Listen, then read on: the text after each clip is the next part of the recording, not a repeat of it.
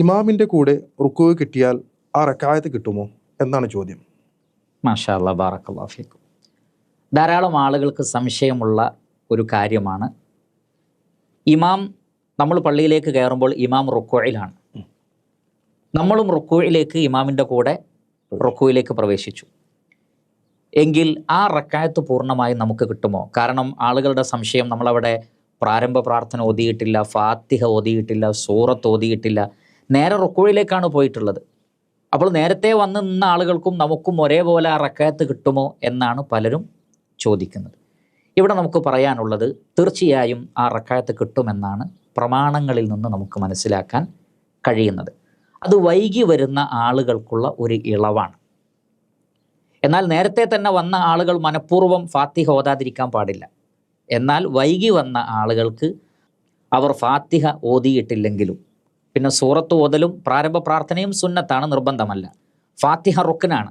ആ ഫാത്തിഹ ഓതിയിട്ടില്ലെങ്കിൽ പോലും റുക്കൂ കിട്ടിയാൽ റക്അത്ത് കിട്ടുമെന്ന് നബി സല്ലല്ലാഹു അലൈഹി വസല്ലമ പഠിപ്പിച്ചിട്ടുണ്ട്.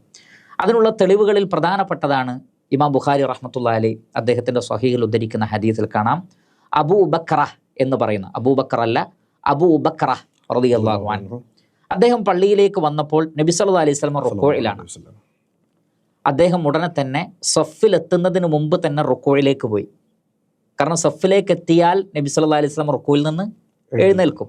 അപ്പോൾ ആ റക്അത്ത് കിട്ടാൻ വേണ്ടി അദ്ദേഹം പള്ളിയിലേക്ക് കയറിയ ഉടനെ തന്നെ നബി സല്ലല്ലാഹു അലൈഹി വസല്ലമയുടെ കൂടെ റുക്കൂയിലേക്ക് പോയി.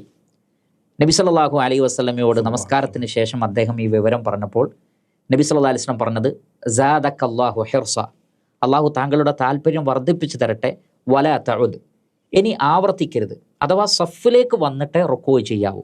ഇമാം അബൂദാവൂദ് റഹ്മത്തുള്ളാഹി ഉദ്ധരിക്കുന്ന ഹദീസിൽ കൃത്യമായി കാണാം, നബി സല്ലല്ലാഹു അലൈഹി വസല്ലം ചോദിക്കുന്നുണ്ട്, സഫിലേക്ക് എത്താതെ ആരാണ് റുക്കൂ ചെയ്തത്? അപ്പോൾ അദ്ദേഹം പറഞ്ഞു, നബിയെ ഞാനാണ്. പ്രവാചകൻ പറഞ്ഞു, അങ്ങനെ ചെയ്യരുത്. എന്നാൽ ഒരിക്കലും ആ വ്യക്തിയോട് നബി സല്ലല്ലാഹു അലൈഹി വസല്ലം എന്ത് പറഞ്ഞില്ല? താങ്കൾക്ക് റക്അത്ത് കിട്ടിയിട്ടില്ല, റുക്കൂയിലാണ് വന്നത്, അതുകൊണ്ട് ഒരു റക്അത്ത് കൂടി നമസ്കരിക്കണമെന്ന് നബി സല്ലല്ലാഹു അലൈഹി വസല്ലം പറഞ്ഞില്ല. മാത്രമല്ല ആ സ്വഹാബി സഫിലേക്ക് എത്താതെ തന്നെ റുക്കൂയിൽ പോകാനുള്ള കാരണം ആ സ്വഹാബിക്ക് നേരത്തെ അറിയാമായിരുന്നു, റുക്കൂ കിട്ടിയാൽ റക്അത്ത് കിട്ടി. പ്രവാചകൻ അത് തിരുത്തിയിട്ടില്ല. ഇതാണ് ആ വിഷയത്തിലെ ഏറ്റവും പ്രധാനപ്പെട്ട തെളിവ്. മാത്രമല്ല അബ്ദുല്ലാഹ് ഇബ്നു മസ്ഊദ് റളിയല്ലാഹു അൻഹു, സെയ്ദ് ഇബ്നു സാബിത്ത് റളിയല്ലാഹു അൻഹു, അതേപോലെ തന്നെ അബ്ദുല്ലാഹ് ഇബ്നു ഉമർ റളിയല്ലാഹു അൻഹു, ഈ സ്വഹാബികളിൽ നിന്നൊക്കെ വളരെ കൃത്യമായി സ്ഥിരപ്പെട്ട കാര്യമാണ്, ഒരാൾക്ക് റുക്കൂ കിട്ടിയാൽ ഇമാമിൻ്റെ കൂടെ റക്അത്ത് കിട്ടുന്നതാണ്. അപ്പോൾ റുക്കൂ കിട്ടിയാൽ റക്അത്ത് കിട്ടും. പക്ഷേ ഇതിന് ചില മാനദണ്ഡങ്ങളുണ്ട്. ഏതൊക്കെയാണ് ആ മാനദണ്ഡങ്ങൾ?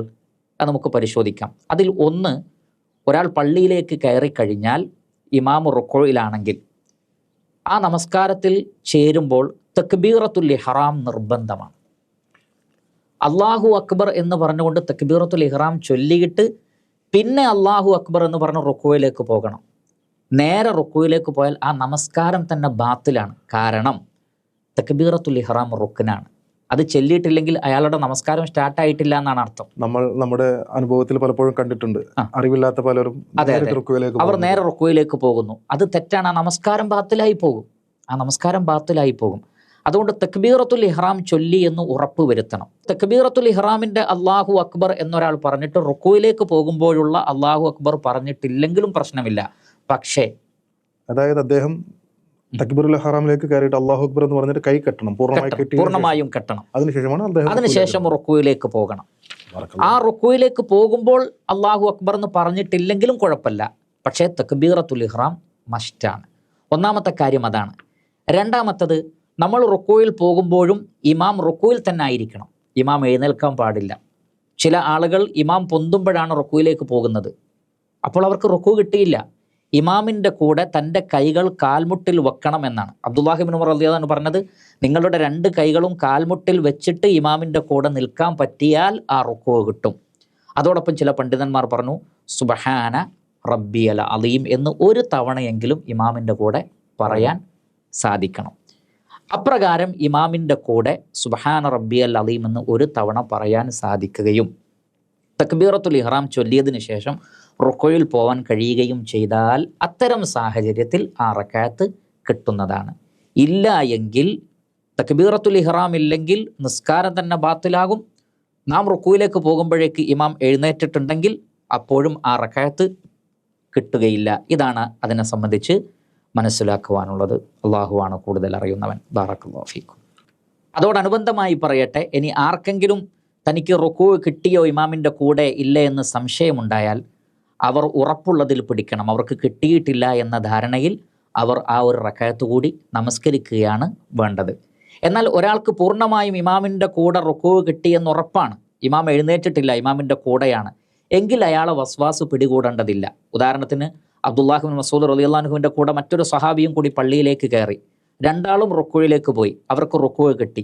എന്നാൽ സലാം വീട്ടിയപ്പോൾ അബ്ദുല്ലാഹ് ബിൻ മസ്ഊദ് റളിയല്ലാഹു അൻഹുവിൻ്റെ അടുത്തുണ്ടായിരുന്ന ആൾ തനിക്ക് കിട്ടിയിട്ടില്ല എന്ന അർത്ഥത്തിൽ എഴുന്നേൽക്കാൻ നോക്കിയപ്പോൾ അബ്ദുല്ലാഹ് ബിൻ മസ്ഊദ് റളിയല്ലാഹു അൻഹു അദ്ദേഹത്തെ പിടിച്ചു വെച്ചു. എന്നിട്ട് പറഞ്ഞു, റക്അത്തിൻ്റെ എണ്ണം കൂട്ടണ്ട, താങ്കൾക്ക് കിട്ടിയിട്ടുണ്ട്. അപ്പോൾ ഇത് രണ്ടും ശ്രദ്ധിക്കണം. ഒരാൾക്ക് റുക്കൂ കറക്റ്റ് കിട്ടിയിട്ടുണ്ടെങ്കിൽ പിന്നെയും എഴുന്നേറ്റ് നമസ്കരിച്ചാൽ റക്അത്തിൻ്റെ എണ്ണം കൂടും. എന്നാൽ കിട്ടിയോ ഇല്ലേ എന്ന് സംശയം ഉണ്ടെങ്കിൽ അവരെന്ത് ചെയ്യുക, ഒരു റക്അത്ത് കൂടി എഴുന്നേറ്റ് നമസ്കരിക്കുകയാണ് വേണ്ടത്. അല്ലാഹു അലം. ജസാക്കല്ലാഹു ഖൈർ. ബാറക്കല്ലാഹു ഫീക്. ഇയ്യാക്കും.